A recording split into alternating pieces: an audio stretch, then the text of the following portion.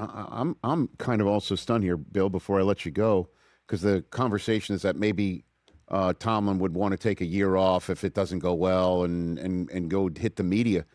You've been with CBS since 2007. You haven't lost a game in almost 20 years. 19 years. Yeah, 19 years. Wow. And that's the beauty of, like, Mooch hasn't lost a game in 20 years. You haven't lost a game in 20 years.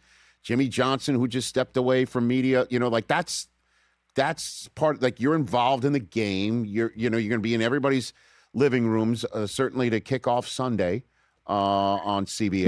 Yeah, but let me just say this. So we also have had Mike Vrabel take off a year last year, and he came back. We had Sean Payton 2 years ago take off a year and go to Fox, and he came back. So it's in your blood. I mean, once you do it for a long period of time, once you have success doing it, it's not easy to stay away. And again, I walked away on my own.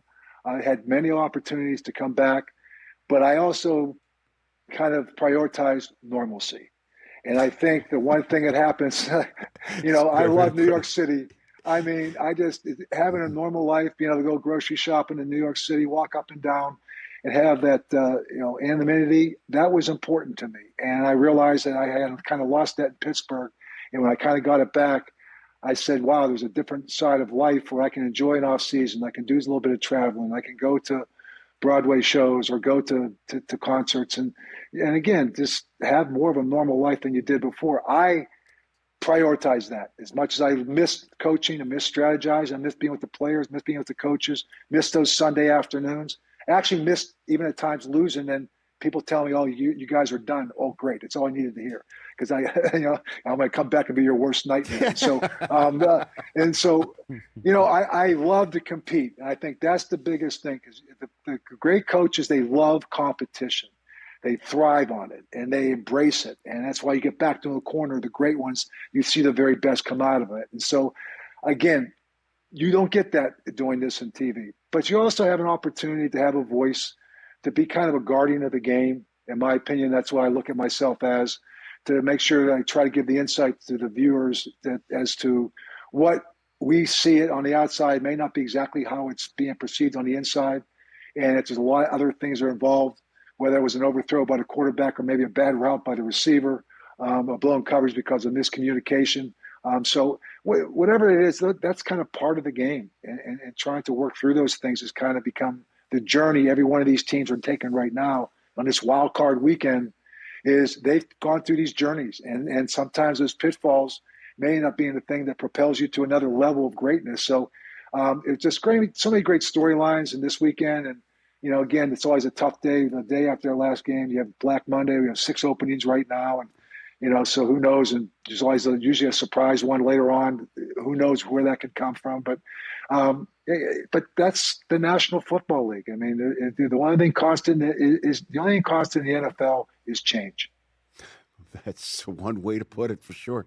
When was the last time you got a tire kicked on you this time of year to see if you'd want to come out?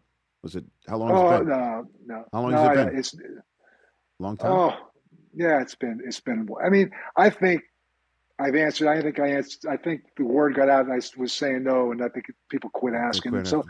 Yeah, but I talk to a lot of people, Rich, and I love the game more than I love any team, to be quite honest with you. And I love to be able to be a voice of reason. And coaches reach out sometimes, I give them my opinion, whether they know if they ask me, they're going to get the truth, and it's not going to be something they want to hear. Sometimes might be what they need to hear. And so I think that's why they appreciate the fact I'm pretty straightforward with what I see and how I feel. I may not be right. They may see it a different way, but if you ask me, I'll just give you my opinion. I love the game of football and got great respect for it from the standpoint of how it's played, who's coaching it. And I understand, too, the challenges that you can't see on the outside that you're dealing with on the inside. And sometimes those things need to stay on the inside, but it can be very challenging. And, and sometimes those decisions that you have to make in terms of whether it's a clock management, it's a certain play, a certain player that you have to part ways with, a certain coach you have to part ways with, or being willing to be flexible enough to change systems at times, because this is the way of the National Football League. You got to be able to adapt and adjust, firm in your core values, but flexible in applying them. Well, I would have loved to have seen you back on the sideline one last time, Bill, trying to show a ref they blew a call by trying to jam a tablet in his shirt pocket. I don't think it would fit these days. You know what I mean? Nope. But I would not have changed at all. I would let them know how I felt, as I always did then. But I love their work. I appreciate their efforts. Sometimes they just don't always see the game the same way I did. I bet. Hey, you made it all the way to the end. Thanks for that. Check us out every single day streaming live on Disney Plus and the ESPN app 12 to 3 Eastern.